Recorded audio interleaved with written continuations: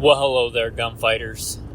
Welcome to Gunfighter Life, the podcast where we talk about guns, gunfighting tactics. Today, a little bit of psychology, the right way, with Almighty God at the center, Judeo-Christian values, and real-world first-hand experience. If you notice a difference in audio quality, this is a mobile episode on the mobile phone, driving across country, somewhere east of Billings, Montana right now, eastbound.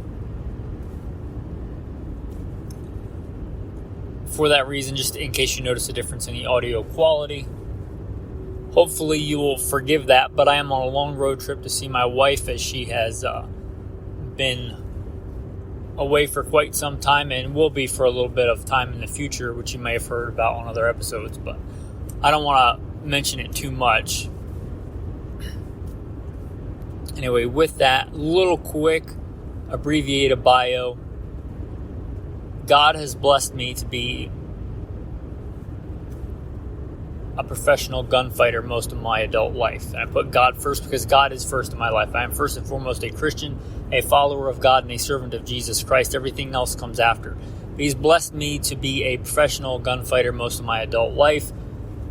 U.S. Marine Corps combat veteran, did a couple of tours in the sandbox. After that, urban warfare instructor for the Marine Corps, desert warfare instructor under Mojave Viper. Also served in the U.S. Army, both full-time and part-time National Guard.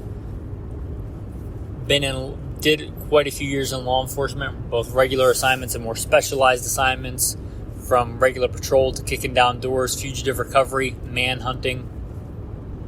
Also been a private contractor for a 3-letter government agency. I won't specify, call that whatever you want it, soldier of fortune, mercenary, whatever title you want to put on that. Also was blessed to be the commander of a tactical team to stop active shooters. That was our main mission, our bread and butter, to stop active shooters. Along with that, did a lot of EP work with the A-list celebrities and, let's just say, political figures of all different types, which might tie into today's episode, but that, been blessed to be a state rifle and pistol champion a few times over, a few different times and places. West Coast regional rifle champion, and I've been a professional big game hunter and guide, and been blessed to hunt all over this beautiful country. In fact, I'm hoping to get on some prairie dogs or maybe coyotes here in Montana traveling through, but anyway, I don't think that I was able to achieve all that, or especially don't believe that I made it back when a lot of other good men did not, and that I'm still breathing because I'm so big and I'm so bad and I'm so anything special. What do I have that I did not first receive? I am here breathing because God had mercy on me and had a purpose for me. And I try and use that training and experience to pass on to you guys. Blessings are meant to be shared. With that, we'll wrap up the bio and we'll get into the main topic of the show. A working title, but something like Guns for Red Guys or Red Men in Blue States. There are a few different reasons for this episode.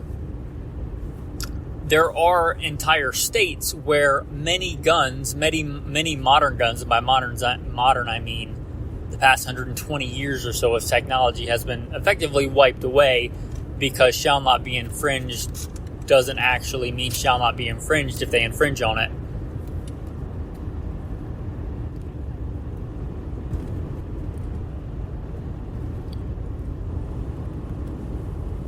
So whatever the case is, whatever the reason why, there are some guns that just don't have that visceral knee-jerk reaction of scary,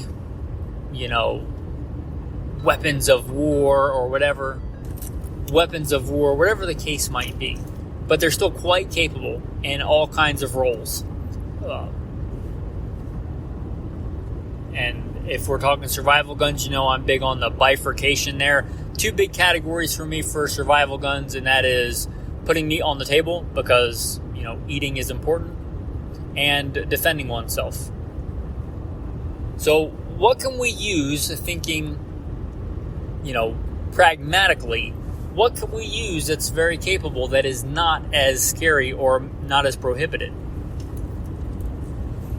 Well, I'm going to start, maybe not because it's the best option, but because it's what got me thinking about this episode. So, what I'm thinking about here is your classic lever action carbine. Kind of jokingly referred to, but only halfway, as the redneck assault rifle. But a lever action carbine. And real common ones of these are in 30-30. I've submitted the argument before, or the case, that 30-30 is perhaps America's first intermediate cartridge. Although we didn't think of it that way, it was designed for the civilian market. But 30-30 absolutely is an intermediate cartridge. It's a good, capable, but moderate recoiling, fast handling cartridge in combination with a fast handling carbine. And 30-30 certainly has been chambered in other things. Quick side note, if you see a really good deal, I believe it was Savage made a really ugly but quite capable bolt action 30-30, which is kind of uncommon, but I don't think they're very coveted. So if you see one of those for a good price, those are pretty cool. But what we're talking about today is your classic lever action 30-30, and many have been made over the years, but a lot of them are copies of these two versions, or very close. Let's just say they suspiciously look a lot like either the Winchester Model 94s or the Marlin Model 336s. And there are others, but those are the two main types. You're talking about like a flat top solid side ejection receiver or an open top type receiver, but lever action 30-30s. And I think I've done an entire episode actually just arguing the merits between those two guns because they're so prolific. So we're not going to do that here today, but those both fit the bill. You know, intermediate cartridge, fast handling, not as fast as a semi-auto, but for a manual transmission gun, for a manually operated gun, right? If you're bumped back 120, 140 years in technology, back to Civil War times, then they're still not a bad option. They're still quite capable. They're obviously capable for, I shouldn't say obvious, people probably listen to this that are just getting into guns. They are quite capable, and some of the most often used, I think, deer rifles in the last 100 years, or at least in the 20th century. They're quite capable for that, and they're quite capable for defense. What you would think of as your classic kind of John Wayne cowboy gun. Now, the 30-30 wasn't around back in the mid 1800s. It didn't come out to the late 1800s, but that's what people think about when they see those kind of carbines. I think it'd be hard to argue with that. Most people that aren't really gun nerds aren't going to know that it's not in 44 Henry, right? That it's in 30-30. Or one of the older, more obscure calibers. It looks like a cowboy gun. It looks like a John Wayne gun. Most Americans, if they are open to guns at all, are open to like John Wayne kind of guns. And that's one. The other one of this looks very similar, but it's a pistol caliber carbine. And the most common ones of these, there are others, but the most common by far are 357 Magnum and 44 Magnum. Quite capable. And there are certain advantages over the 30-30, one of which is cost of practice ammunition. Ease of reloading, because they're straight-walled cartridges. Also, generally a little bit higher magazine capacity. And generally, these are not subject to magazine restrictions. Although they have a magazine, they are not detachable box magazines. And a lot of the legislation is written for like detachable magazines, like an AR-15 would have. These are a tube magazine that runs under the barrel, and as such, generally they're exempt from those infringy type laws. In general, I'm not a lawyer, you check where you're at. So you could get a fairly high capacity 357 Magnum, which is a quite capable, shorter range than 30-30, but capable short range, medium-sized game hunting cartridge, and quite capable for defense. In the handgun world, 357 Magnum is kind of known for its stopping capability. It's got a lot of street cred for handgun rounds. It only gets more powerful because more powder is burnt when you put it in a longer barrel. That's how that works, up to a certain point, and it's well within that point. So it's quite capable in a carbine. So these kind of pistol caliber carbines also.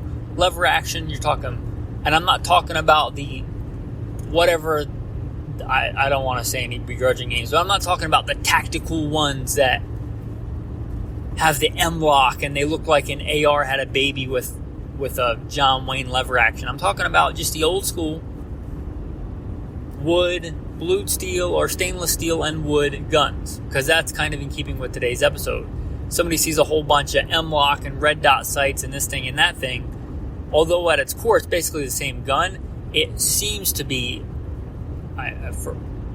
it would alarm more people than the older traditional wood stock gun.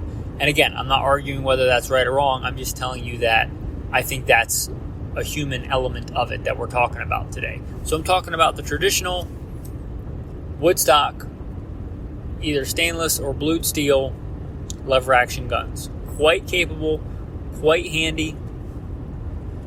If you want an optic on there, I'd say go with the scope. An LPVO is a great force multiplier. And when people think scopes, they think on like a lever action. They generally don't think tactical. They see like a red dot and an M-lock slot and a flashlight, they probably start thinking tactical. And that's not what we're going for today, even though it's a very tactically capable rifle. So those lever actions, they're a great option. What's also a great option and classic for this is a pump action shotgun.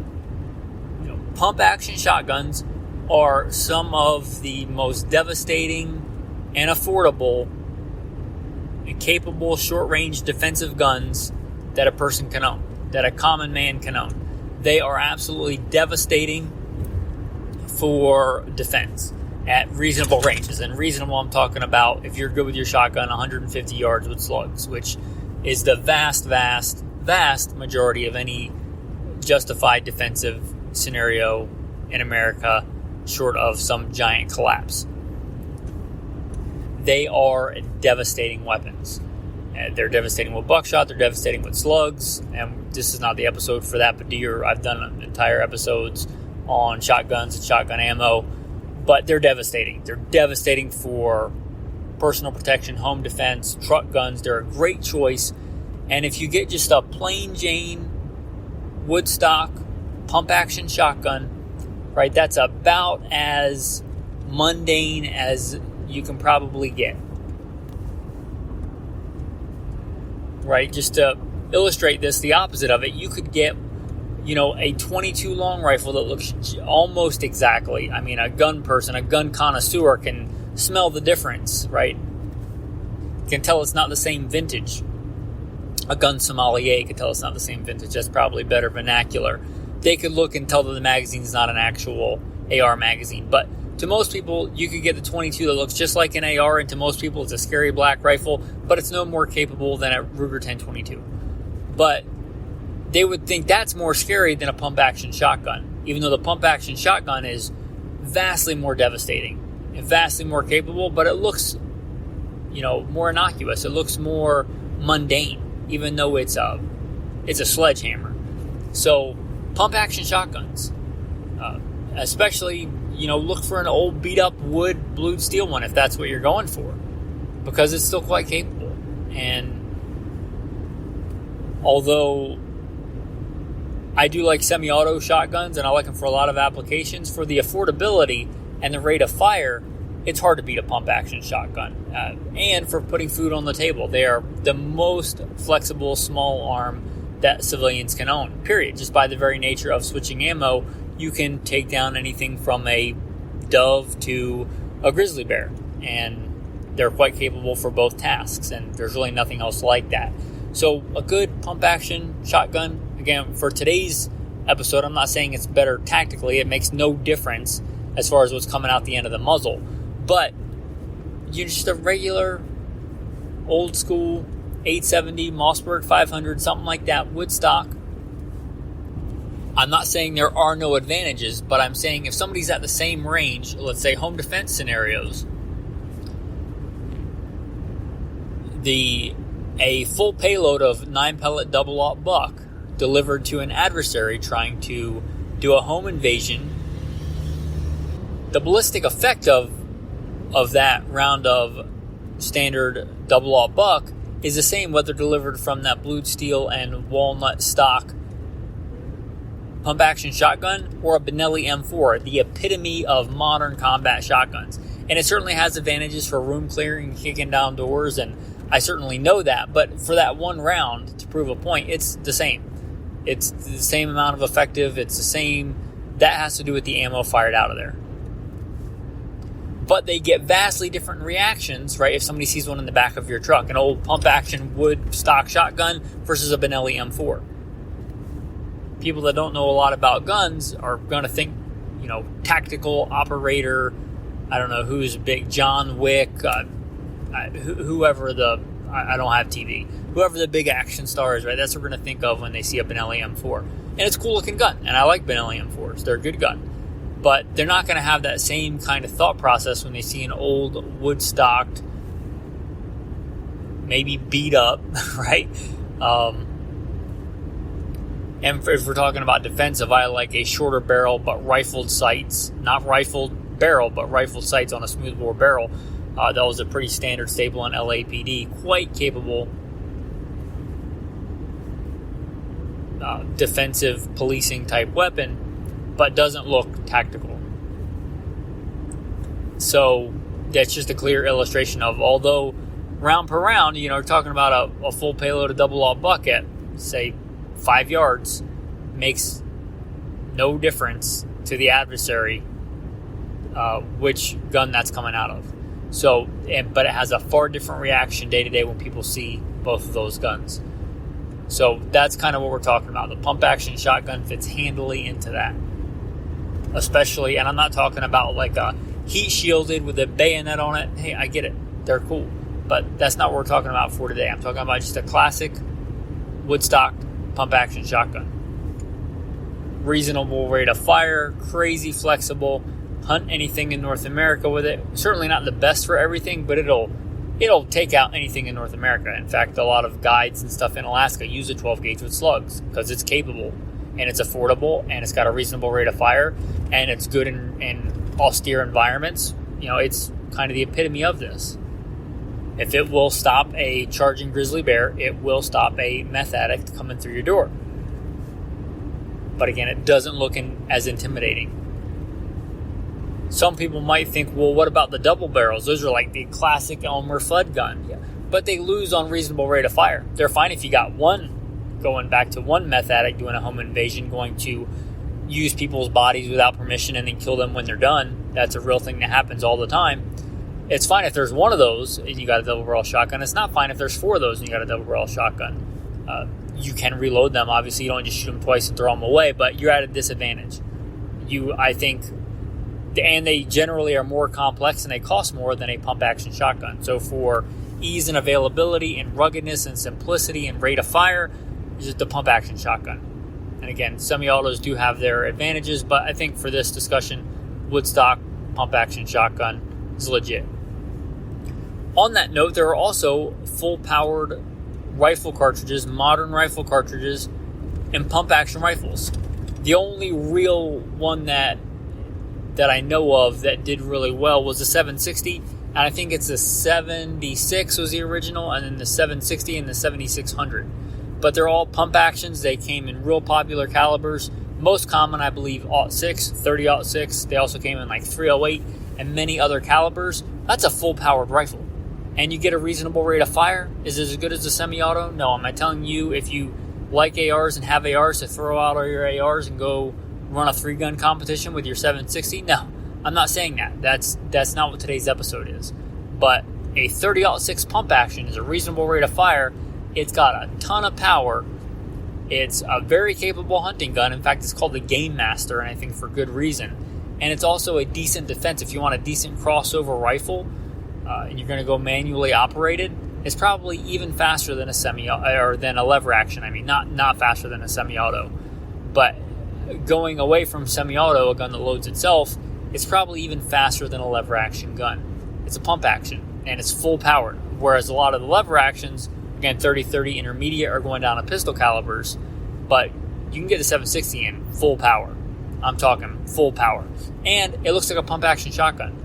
Somebody that really knows is going to know it's a high, very high powered rifle. But somebody that doesn't is just going to see a pump action gun. They might think it's a 22. They might think it's a shotgun, but it doesn't look like a tactical gun. But I mean, they're kind of known for being accurate, known for being reliable. They got a lot of power, very in keeping with today's episode. You get one of those, you put an LPVO on it, because they came drilled and tapped for scopes, at least I think the 760. I don't know if the really early ones did. But talk about a capable gun. They're fantastic. And very capable, and in keeping with today's episode, they don't scream, assault rifle or whatever, even though they're far more powerful than an AR-15.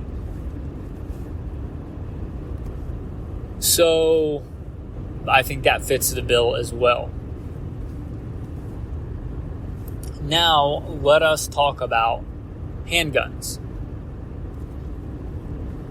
The obvious one is going to be go with a revolver. And again, I'm not saying that a revolver is the best tactically. I'm not saying it's as good for a combat handgun as a Beretta M9. I'm saying that revolvers don't generally have that visceral reaction. Somebody sees an old, especially talking like an old worn blued steel revolver with wood grips, they might think Barney Fife. Right? They're probably not thinking John Wick. Is that who we settled on? They're probably not thinking John Wick. They're probably thinking Barney Fife. And it probably is going to elicit a different reaction from somebody that's kind of on the fence about guns. Or you could probably have it in a lot more places, because a lot of places have magazine bans. But, revolver doesn't have a magazine, so take that. So revolvers. And revolvers have their own advantages. Again, I'm not saying they're as good as a combat handgun, but I'm saying they do have some advantages.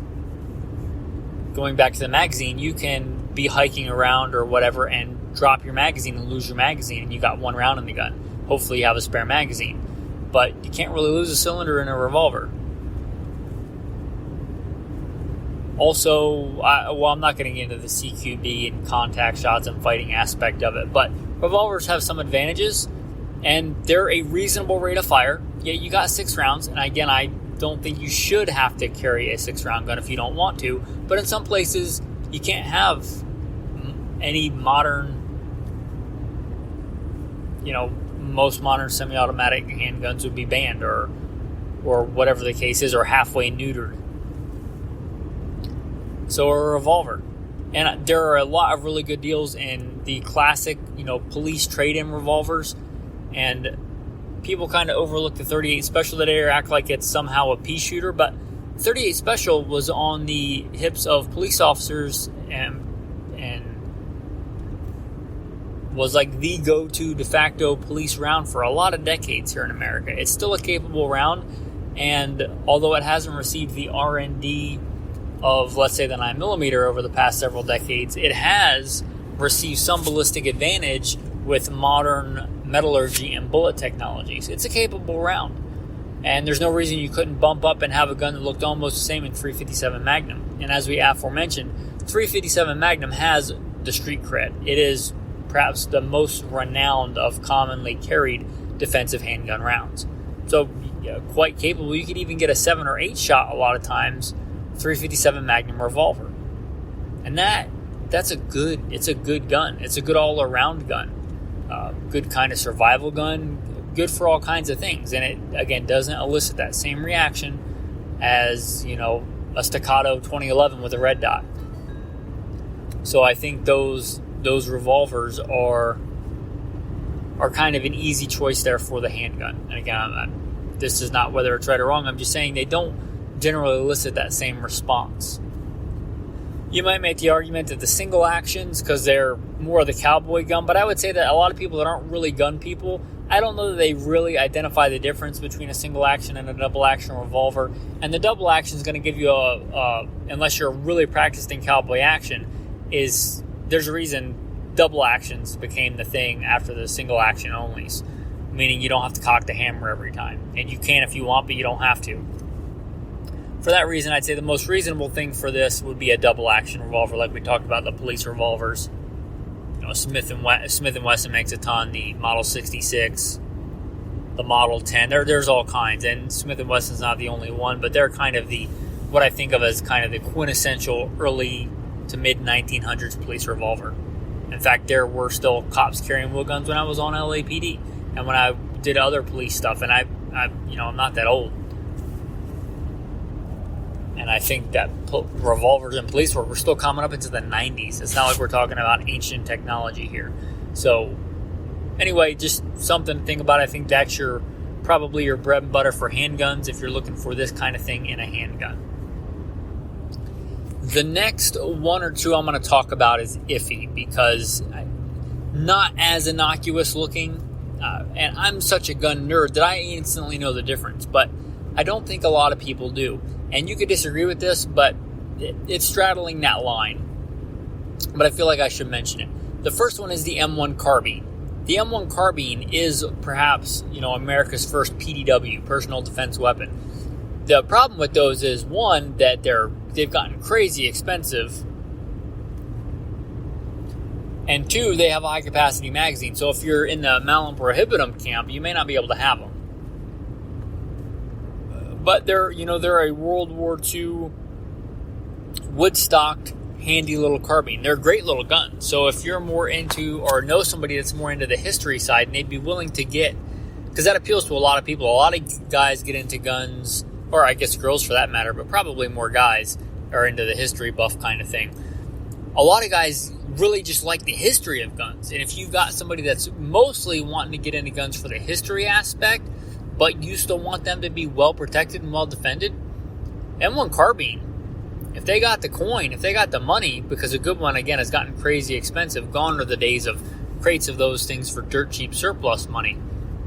But, that was a mass-issued rifle for American GIs in World War II and after. It's a capable carbine. M1 carbine is perhaps America's second intermediate cartridge. It's not a bad cartridge. It kind of gets maligned. It's not powerful compared to the .6, but we talked about the 357 Magnum. Go look at the ballistics of a M1 carbine versus 357 Magnum. It's compelling. So it's absolutely capable. Again, if you can have the magazines and somebody's willing to get into that gun, because it's not a scary black modern rifle, and they mostly like history, they might be willing to get an M1 carbine, and that's a quite capable gun if you get one that runs and you get good magazines. There's a lot of caveats there, and you're willing to spend the money on the ammo. So again, it's not as good a pick, but it's a pick, especially if you got a history buff and they're really into like the World War II type history. Probably the epitome of what people think of as a scary kind of bad guy assault rifle is the AK-47. It's the dominant assault rifle of the 20th century. But it's a little bit older brother, the SKS. If you keep it with the wood stock and don't do some kind of crazy Bubbaization to it and give it detachable magazines, which I think ruins them anyway, and give it some kind of crazy dragging off stock and, look like you drug it through a Tapco store. If you just leave it the way it is, it's kind of iffy, right? It kind of looks like a military gun, but it doesn't look like an AK-47, for sure. And I think it's a better balance for a survival gun. Again, chill. I didn't say I don't think it's a better battlefield gun. But for a crossover, I think it's designed to be a rifle replacement instead of a submachine gun replacement, or designed to be a proper intermediate rifle instead of kind of an assault rifle. So it's a better, I think, hunting. Like if I'm just going deer hunting and you offer me either one, I would rather go deer hunting with a SKS than an AK-47. And again, feeding yourself in a survival situation is probably more likely, hopefully, because gunfighting is rough. So the SKS. And in fact, growing up, that was kind of a go-to, talking about the cheap surplus. It was kind of the go-to, or one of the real common redneck deer hunting rifles, because we were poor in the South and we hunted to put meat on the table. I'm not going to say that we always followed the law. I'm not going to say I even knew what the law was. But what I'm saying is a lot of men put meat on the table. And a lot of those men that put deer in the freezer did so. SKSs were real common. It's a capable rifle. And in a lot of places where a lot of other guns are banned, those are not. So SKS fits that bill. If it's, again, if you got somebody that's into history or whatever, it may or may not. It's still kind of on the scary side. It still kind of looks intimidating, but it's a good rifle. So I'm going to throw it in there. And then I guess the SKS was kind of a bonus. I wasn't thinking of putting it in there. The other one that I'm going to talk about is the Mini 14. Now, I mentioned all kinds of police assignments. I have run the Mini 14 professionally. It's a capable rifle. I don't think it's as good as an AR-15. It has some advantages. It has some disadvantages.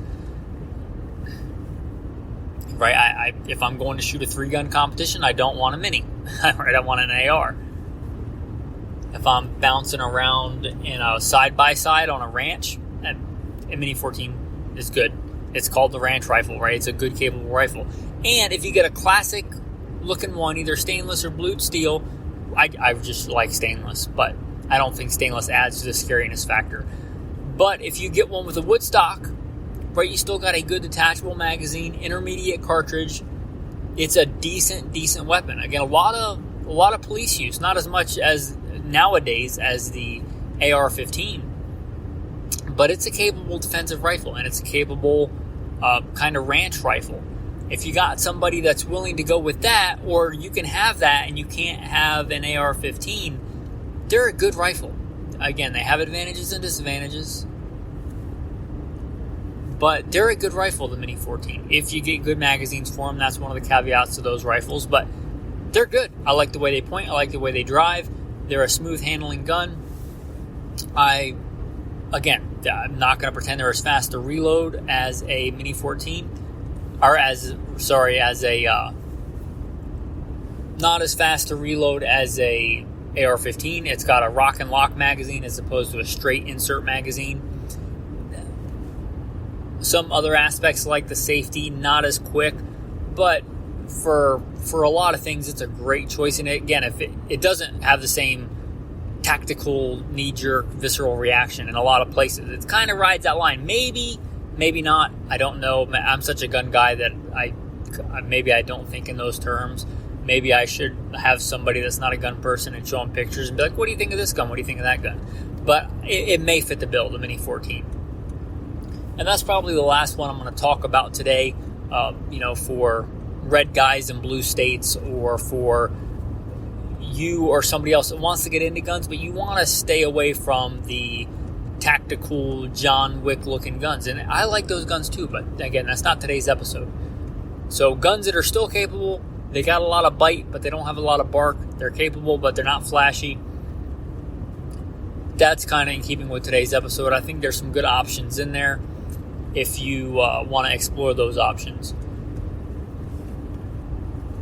Anyway, with that, I appreciate you listening to Gunfighter Life.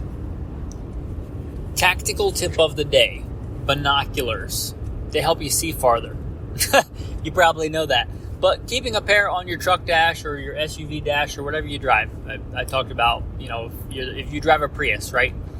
They are a vision multiplier. So having a good pair of binoculars, I'm looking at mine right in front of me today. I use it to scout out some stuff. They're a good thing to have. They're a good thing to have in good times. They're a good thing to have in bad times. But a good set of binoculars, and what I like to do so they're not just hanging out there, because I've got a really good pair of Steiners and a decent pair of Leupold binoculars. I usually carry the Leupolds on the dash, and I usually just cover them with a hat. I got a boonie hat. I cover them with that. Probably nobody's breaking in to steal my boonie hat, right? Hide in plain sight. If I left them on the dash all the time, especially going into people hives, cities, somebody might be tempted to try and take them. But probably nobody's breaking in for a boonie hat. So 2 tips in 1. Cover your binos with your boonie hat and have binos on your dash. They're just handy. Like you're going to go out for maybe most people don't like me. They don't just see a dirt road and follow it and then go on a hike. But if you do, you got binoculars right there. Or if you see a coyote and you just want to check them out. Like I saw, I didn't shoot him. I don't like shoot everything that I see. I'm not like that. But I got to see today a coyote hunting geese. He's a big coyote. He was so big at first I thought he was an antelope. But just really cool. Just how still they can be and how they stalk prey. It's just cool to watch. The beauty of creation. Anyway, binos on your dash so you can have them when you need them. Because if you got them at home and you're gun safe with your gun and you need them when you're out, probably not going to do you much good. So binos on your dash, cover them with something. Talking about today, kind of like hide in plain sight with guns. Throw a beanie over it, or throw a watch cap over it, or whatever you call it in your area of the country. Throw a scarf over it. I don't know what yuppies wear. But throw something over it and have a pair of binoculars right there. Anyway, with that's your tactical tip of the day, your tactical verse of the day. God resists the proud, but gives grace to the humble. Humble yourself, therefore, under the mighty hand of God, that he may exalt you in due time, casting all your cares upon him, because he cares for you. Be sober, be vigilant, for your adversary the devil prowls around like a roaring lion, seeking whom he may devour. Resist him, steadfast in the faith. Thanks. Have a blessed day.